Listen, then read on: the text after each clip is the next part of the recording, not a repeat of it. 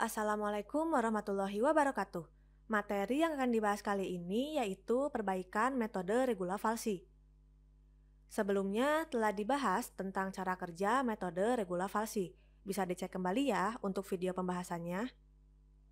Secara umum, metode regula falsi lebih cepat konvergensinya dibandingkan dengan metode bagi dua. Namun, pada beberapa kasus, kecepatan konvergensinya itu justru lebih lambat seperti pada contoh soal ini. Jumlah iterasi regula falsi lebih banyak daripada jumlah iterasi metode bagi dua. Untuk metode bagi dua ada 10 iterasi, dan untuk metode regula falsi ada 12 iterasi. Bila diperhatikan, pada metode regula falsi, dari iterasi 11, nilai A, B, dan C-nya itu tidak pernah berubah, padahal FC-nya sudah sangat kecil. Nilai selang baru pun tidak pernah lebih kecil daripada galat toleransi, sebab salah satu titik ujung selang, dalam hal ini titik A, selalu tetap untuk setiap iterasinya. Titik ujung selang yang tidak pernah berubah itu dinamakan titik mandek. Titik mandek ini dapat mengakibatkan program mengalami perulangan secara terus-menerus. Pada materi sebelumnya, untuk mengatasi hal ini, kondisi berhenti pada algoritma regula falsi harus ditambah atau diganti dengan kondisi berhenti lainnya, sehingga hasilnya menjadi seperti ini. Misalkan di sini kondisi berhentinya itu memeriksa apakah nilai FC sudah lebih kecil dari galat toleransi atau belum. Dilihat dari nilai FC-nya, ternyata pada iterasi ketujuh telah memenuhi kondisi berhenti. Dan tentu jumlah iterasinya itu menjadi lebih sedikit dibandingkan dengan metode bagi dua. Di sini ada solusi lain untuk mengatasi kemungkinan kasus stagnant point atau titik mandek, yaitu dengan metode regula falsi yang diperbaiki. Kasus titik mandek ini merupakan kasus di mana titik ujung selang tidak pernah berubah, karena kondisi nilai selang baru tidak pernah lebih kecil dari galat toleransi. Kasus ini dapat diatasi dengan cara berikut. Pada awal iterasi, hitunglah nilai C untuk mendapatkan selang baru yang akan dipakai di iterasi berikutnya. Berdasarkan selang baru tersebut, tentukan titik ujung selang yang tidak berubah. Nilai F pada titik yang tidak berubah itu diganti menjadi setengah kali F sebelumnya. Rumusnya, F baru sama dengan setengah dikali F lama. Masuk ke contoh soal. Tentukan akar dari fungsi X sama dengan XE pangkat min X ditambah 1 dalam selang min 1, 0 dengan galat toleransi sama dengan 0,001. Untuk caranya sama seperti metode regula falsi biasanya ya. Tentukan titik A dan B, titik A-nya min 1, titik B 0. Sebelum menghitung nilai C, hitung dulu FA dan FB. Untuk perhitungan FA dan FB, tinggal masukkan nilai A dan B ke fungsi X. Setelah itu, cari nilai C dengan memasukkan nilai A, B, FA, dan FB ke dalam rumus C. Lalu hitung FC, C-nya tinggal dimasukkan ke dalam fungsi X. Berikutnya, tentukan selang baru yang didapat dengan memeriksa apakah FA dikali FC kurang dari 0. Jika iya, maka selang baru menjadi AC, jika tidak, maka selang baru menjadi CB. Dalam kasus ini, selang baru yang didapatkan adalah AC. Langkah selanjutnya, cek kondisi berhenti. Sebelumnya ada 3 kondisi berhenti ya untuk metode regula falsi. Salah satunya, apakah lebar selang baru tersebut lebih kecil daripada galat toleransi? Jika iya berhenti, jika tidak, teruskan ke iterasi berikutnya. Pada contoh soal ini, lebar selang baru tidak lebih kecil dari galat toleransi, maka iterasi diteruskan. Karena iterasi diteruskan, maka gantilah nilai salah satu ujung selang dengan nilai C. Sebelumnya, selang baru yang dapat adalah AC. Untuk iterasi berikutnya, nilai A tetap min 1 dan nilai B diganti dengan nilai C, yaitu min 0,36788. Nah, jika menggunakan metode perbaikan regula falsi, sebelum melanjutkan ke iterasi berikutnya, tentukan dahulu titik yang berpotensi menjadi titik mandek. Kembali ke awal iterasi. Setelah mencari semua ini, maka kita perlu tabel bantuan untuk melihat titik mana yang berpotensi menjadi titik mandek dan seberapa banyak perulangan yang dilakukan. Isi dari tabel bantuannya ada MA dan ada MB. MA untuk memantau titik A, MB untuk memantau titik B.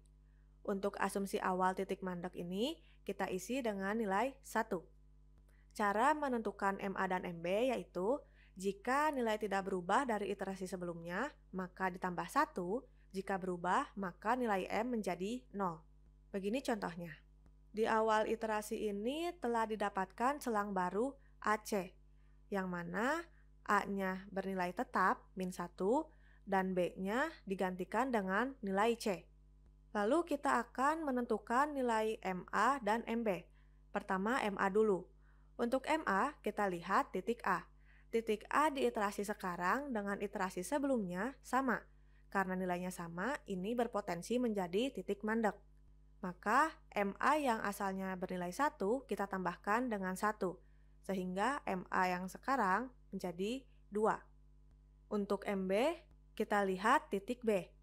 Titik B ini telah berubah ya dari iterasi sebelumnya. Karena iterasi sekarang dan iterasi sebelumnya itu berbeda nilainya, maka MB-nya sama dengan 0. Atau kita bisa simpulkan ini adalah perulangan nilai yang terjadi. Berikutnya, hitung FA dan FB. Untuk perhitungan FA dan FB berdasarkan MA dan MB ya. Pertama, FA dulu. Untuk menghitung FA, kita lihat MA.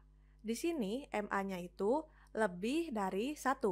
Karena MA-nya lebih dari 1, maka rumusnya seperti ini. FA baru sama dengan setengah dikali FA lama. Atau FA di iterasi kedua sama dengan setengah dikali FA di iterasi ke-1, sehingga FA di iterasi kedua sama dengan min 0,85914. Untuk FB-nya, karena nilai MB-nya itu sama dengan 0 atau tidak lebih dari 1, maka nilai FB-nya tetap ya. Kita tinggal masukkan nilai B ke dalam fungsi X, sehingga didapatkan FB-nya 0,46854. Setelah mendapatkan nilai A, B, FA, dan FB, kita hitung nilai C. Masukkan nilai-nilai tersebut ke dalam rumus, sehingga didapatkan C-nya itu sama dengan min 0,59095. Jangan lupa hitung FC-nya. Untuk FC, tinggal masukkan nilai C ke dalam fungsi X. FC-nya sama dengan min 0,06709. Berikutnya, tentukan selang baru. Periksa apakah FA dikali FC di iterasi kedua ini kurang dari 0. Ternyata jawabannya tidak. Karena tidak lebih kecil dari 0, maka selang baru yang didapatkan adalah CB. Setelah itu, cek kondisi berhentinya. Apakah lebar selang baru yang dapat kurang dari galah toleransi? Untuk selang baru yang dapat CB ya. Ternyata hasil dari lebar selang baru itu masih false. Karena masih false, maka iterasi diteruskan. Pada iterasi ketiga ini, gantilah nilai salah satu ujung selang dengan nilai C. Sebelumnya selang baru yang dapat adalah CB. Maka untuk nilai A-nya kita ganti dengan nilai C, dan untuk nilai B-nya masih tetap. Setelah menentukan nilai A dan B, kita tentukan dulu nilai MA dan MB di iterasi ketiga ini. Untuk nilai MA, kita lihat titik A-nya. Titik A di iterasi ketiga dengan titik A di iterasi kedua berbeda. Karena berbeda, maka MA-nya sama dengan 0. Kita lihat titik B. Titik B di iterasi ketiga dengan di iterasi kedua sama nilainya. Karena sama nilainya, maka nilai MB kita tambah dengan 1. Sehingga MB-nya di iterasi ketiga sama dengan 1. Setelah itu, hitung FA dan FB. Kita lihat MA dan MB-nya dulu. Ternyata untuk MA dan MB ini tidak lebih besar dari 1. Karena tidak lebih besar dari 1, maka rumusnya masih tetap ya. FA kita masukkan nilai A ke dalam fungsi X, dan FB kita masukkan nilai B ke dalam fungsi X. Untuk FA nilainya min 0,06709, untuk FB 0,46854. Setelah itu hitung C. Masukkan A, B, FA, dan FB ke dalam rumus ini, sehingga untuk nilai C sama dengan min 0,56301. Jangan lupa hitung FC-nya. Nilai C-nya masukkan ke dalam fungsi X, dan didapat 0,01138. Berikutnya tentukan selang baru. Periksa apakah FA dikali FC di iterasi ketiga ini kurang dari 0. Ternyata iya. Karena lebih kecil dari 0, maka selang baru sama dengan AC. Setelah itu, cek kondisi berhentinya. Apakah lebar selang baru yang dapat kurang dari gala toleransi? Selang baru yang dapat AC ya. Ternyata hasilnya masih false. Karena masih false, maka iterasinya masih diteruskan. Lakukan terus hingga memenuhi kondisi berhenti. Setelah melakukan perhitungan, ternyata pada iterasi kelima, lebar selang baru yang didapat sudah lebih kecil daripada galat toleransi 0,001. Karena sudah lebih kecil dari galat toleransi, maka iterasi bisa dihentikan. Akar hampiran yang diperoleh yaitu min 0,56722. Mari kita bandingkan. Pada metode regula falsi biasa, dari iterasi 11 ini, ABC-nya tidak pernah berubah. Lebar selang barunya tidak pernah lebih kecil daripada gala toleransi, dan FC-nya juga sudah sangat kecil.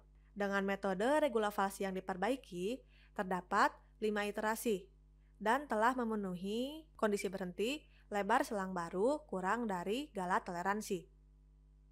Perbandingan lainnya, misalnya ada penambahan kondisi berhenti FC kurang dari gala toleransi. Pada metode regula falsi biasa, didapat 7 iterasi. Namun pada metode regula falsi yang diperbaiki, didapat 4 iterasi saja. Di sini terlihat bahwa jumlah iterasi dengan metode regula falsi yang diperbaiki lebih sedikit. Oleh karena itu, metode ini bisa dibilang efisien. Metode regula falsi yang diperbaiki tetap berlaku untuk fungsi yang tidak berpotensi memiliki titik mandek sekalipun. Jadi, metode ini cocok untuk semua kemungkinan kasus fungsi. Sekian untuk materi kali ini. Mohon maaf apabila ada kesalahan dalam penyampaian. Semoga ilmunya bermanfaat. Sampai jumpa pada materi berikutnya. Terima kasih. Wassalamualaikum warahmatullahi wabarakatuh.